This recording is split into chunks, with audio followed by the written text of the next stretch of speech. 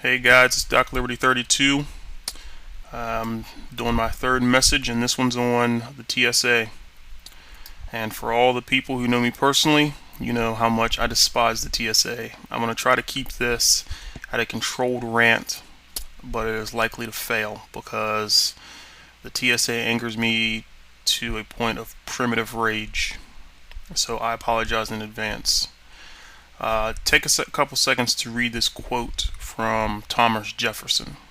And throughout this presentation, I want you guys to keep this in mind when I show you every piece of evidence that shows you that this is more than just trying to keep us safe from the boogeyman. Alright, so let's jump into it. Without going into too much detail about 9/11 and the underwear bomber, I just wanted to show this slide to state that this is basically the catalyst for why the TSA was launched throughout the United States of America.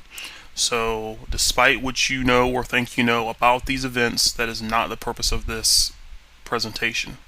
Alright? And the point of the TSA was, and I quote, so it never happens again. Right, and I think that's a good thing. If we can prevent another 9/11 or another underwear bomber, I think that's great. But there's more to this than that, and I hope to prove that to you before I'm done. For the people who don't know, before TSA became really big, there was this guy named Michael Chertoff, and he was a former chief of Homeland Security. And everyone knows after 9/11, you could go into the airport and you had to walk through the metal detector, and you had to take your shoes off, which wasn't really that big of a deal. No one really cared if they got athlete's foot for most people. But then after the underwear bomber, things really picked up, and we saw the presentation of the backscatter machines, or the body scanner machines as people call them.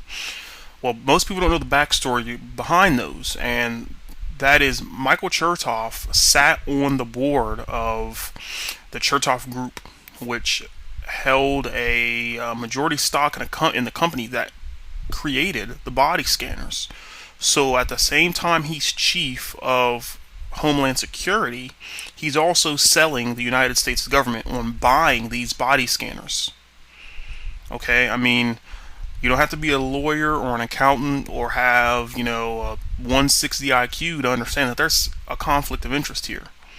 Alright, so this is a guy who made tons and tons of money walking away from his post as Chief of Homeland Security because he's able to get the government to purchase thousands of these backscatter machines that he was a chair on a company that created them. Alright, so that's just the tip of the iceberg.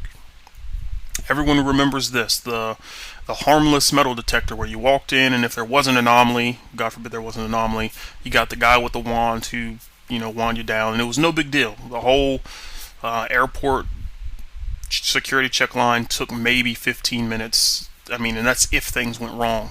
And then after the underwear bomber, things started getting crazy, and crazy really fast. Alright, and there's a lot more to the backscatter machines than the whole Michael Chertoff story, and I'll get into that. Shortly after the backscatter machines were deployed in the airports, there were a little, minor news outlet reports talking about the dangers of these backscatter machines. And the most severe danger was the radiation, because most people don't know that these backscatter machines were never cleared by the EPA.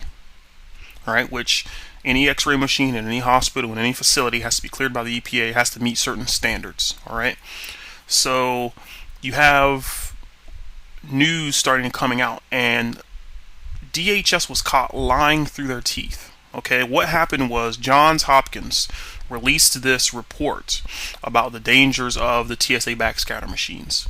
Well, what DHS did, they took this report and then spun it to say that Johns Hopkins says the the backscatter machines are completely safe. There's no cancer concerns, there's no nothing. Well, Johns Hopkins spoke out, and International Business Times covered that story.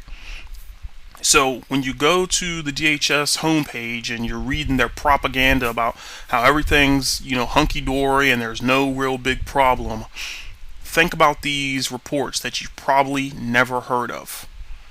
Okay? and the reports that came out and found out that some of these TSA employees that were standing around this machine for 8+ hours a day were coming down with cancer. All right, there's a lot more to this, and I don't have all the time in the world to go through it because I'm trying to keep this video short. But start looking into this stuff, guys. This is not a joke. All right, it's not funny to go to the airport and see people being patted down and all that kind of stuff. But we'll move on. So, anyone who's taken the time to read history, go back to Germany, 1930s and 40s, before the war really kicks off, during the buildup of centralized power into the nationalized state that was building, and you'll start reading about pat downs on roads and strip searches. Then you have people being harassed by dogs. What, in my opinion, we are seeing the deployment of the blue shirts of the United States of America. Okay, and if you take a look at these pictures, it should bother you. I mean, I don't know really what else to say about what's going on, and I don't know how much more people need to see, but we're almost at the boiling point. Okay, so when you're looking at these pictures, if you don't think they're real for some reason, just go to Google and type in TSA agent, and then whatever you think is bad after that search phrase, type it in, and an article will pop up about them doing it, from drugs to pedophilia to all that kind of stuff. It's not getting any better. Okay, in the top left, this is the infamous poop diaper bomb that the TSA checked this 6-month-old child for. Alright, and you have this war vet who's standing there obviously in distress on his amputated leg, and what I don't understand is how the TSA is not using any real common sense when they're selecting these people for pat down, and it's not random, and I'm going to show you how it's not random later. But if you look at these, I mean, they're senior citizens, a nun, children, looks like a female high school sports team here, and they're wearing a t-shirt and short shorts. So where exactly are they hiding their terrorist equipment? What is the TSA looking for? And you're going to find, when you start looking into this, that there are some sick people working for the TSA, and it seems as if at the head of the TSA there's no real common sense. There's no real background check for people who are going to be doing this very job. All right, this is a soldier traveling through the airport in his ACUs, and he's selected for the random pat down by the TSA. Okay, so when you go back and you look up, for example, Janet Napolitano says veterans are the main threat to America. When you see stuff like this, it makes sense. Why in the world would you stop this active duty or National Guard or Reserve soldier traveling through the airport in his uniform for some reason? I'm sure he has a good one. And he's being patted down like he's going to go blow up the plane or hijack the plane. Why is this going on?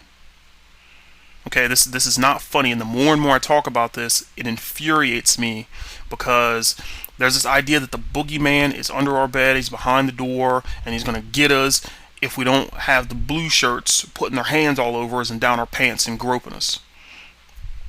Okay, this is disgusting. This is absolutely disgusting, and the fact that more and more people aren't pissed off at this makes me really wonder if there is the will to stand up for any type of liberty or freedom left in America. And I'm serious about that. These are just some of the reports I pulled up in a whole 5 or 6 minute search. And a lot of them I've read before, so I knew where to find them. But a lot of people haven't taken the time to look for this stuff. So if you're looking at these headlines, the title at the top of the page really applies. Can you really believe that a TSA agent would scream, "I'm God, I'm in charge," in an airport? Or that these TSA agents are sexually assaulting people? Or if they're masturbating as a high school female volleyball team is going through the backscatter machines? Stealing thousands of dollars from people, pulling cancer patients' colostomy bags out of them, leaving them covered in urine. The TSA hiring thieves and pedophiles and murderers and all this other kind of stuff. And one of the craziest ones, this defrocked priest. I know this report was in Philadelphia. Defrocked priest for child sex abuse is hired by the TSA to pat people down. Like, how much sense does that make? This is a government agency that's doing this thing. Now imagine if you owned your own security company and you went to the United States government or to an airport and you said, hey, I would like to render my services or my security services to this facility, right? If you had even 2 of these reports, your company would be fired. You'd be fired and your company wouldn't be picked up by any other facility in the nation, in the world for that matter. Because your company hires defrocked priests who were sexually abusing children. And what you have is TSA agents who have been given a little bit of power, and it is turning them into Mr. Hyde. All right? And if you look at this article from NBC Connecticut, TSA agents off duty are flashing their badges at people driving. Now, that's not even their lane. They have no authority outside of an airport. None. They can't just go harassing people because they're given a little plastic badge. I'm going to tell everyone about TSA agents. One, they have not taken any formalized training like a police officer or an FBI agent. Okay? This is why when you go to an airport, if you see trouble, a TSA agent has to call a police officer to come arrest the person who's causing the disturbance. They have no authority. You're talking about a person who's done 80 hours max worth of training, and they're supposed to spot potential terrorists. And it is a joke. It's a joke. What I didn't have the opportunity to put in here is how the TSA has allowed, in one report, an Iranian man was able to board an airplane with a loaded 40 cal in his carry-on bag, and he turned himself in on the other side after he landed. The TSA missed this. Okay? We've got to wake up. This is absolutely ridiculous. All right, and I'm going to refer again to the quote that I started with. Single acts of tyranny may be ascribed to the accidental opinion of a day, but a series of oppressions begun at a distinguished period after 9/11 and pursued unalterably through every change of ministries, through different administrations, to plainly prove a deliberate, systematical plan of reducing us to slavery. Thomas Jefferson. Think about that. Is Thomas Jefferson not spot on? From Democrat to Republican, TSA is gaining more and more power. And if you don't think they're gaining more and more power, check this out. LA Times reports they're not done at airports, guys. And I remember I posted something on my Facebook about this probably 2 or 3 years ago, where they're coming to malls, they're coming to subway stations, they're coming to train stations. All right, this is not about worrying about the radical Islamic terrorist coming and hijacking an airplane and flying into buildings anymore. In my opinion, this is just my opinion. This is about the conditioning of Americans to get used to having people in your face all the time, to have people getting used to having some person in a blue shirt come up to them and say they can stick their hand down their pants. This is about getting our children's generation getting used, having them thinking it's okay when I want to travel, I have to go see the blue shirt man so he can pat me down first. Look at this. They're in Tennessee. They're on the highways. This judge in New Mexico says that they're going to be at proms to pat students down. And then at the Super Bowl, and I know a lot of that didn't even get some press, but this is significant. How in the world did we go from airports to all these other things? And I know a lot of people will say, well, there's a legitimate threat, and I agree. There are terrorists. Terrorists do exist. But I want to ask all my active duty, Reserve, National Guard friends that have deployed and have actually seen combat, how easy was it really to stop someone who wasn't afraid to die? Could you stop them from digging in the road and placing the IED? Could we stop all of them? Could we stop all ambushes? Could we stop all indirect fire attacks? No. The answer is no. Okay?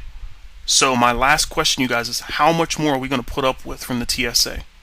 At what point will we say, you know what, hold the hell up? What are you guys doing? This is still America. Okay, so I'm asking you guys to do more research on this, inform yourselves, and resist. peacefully.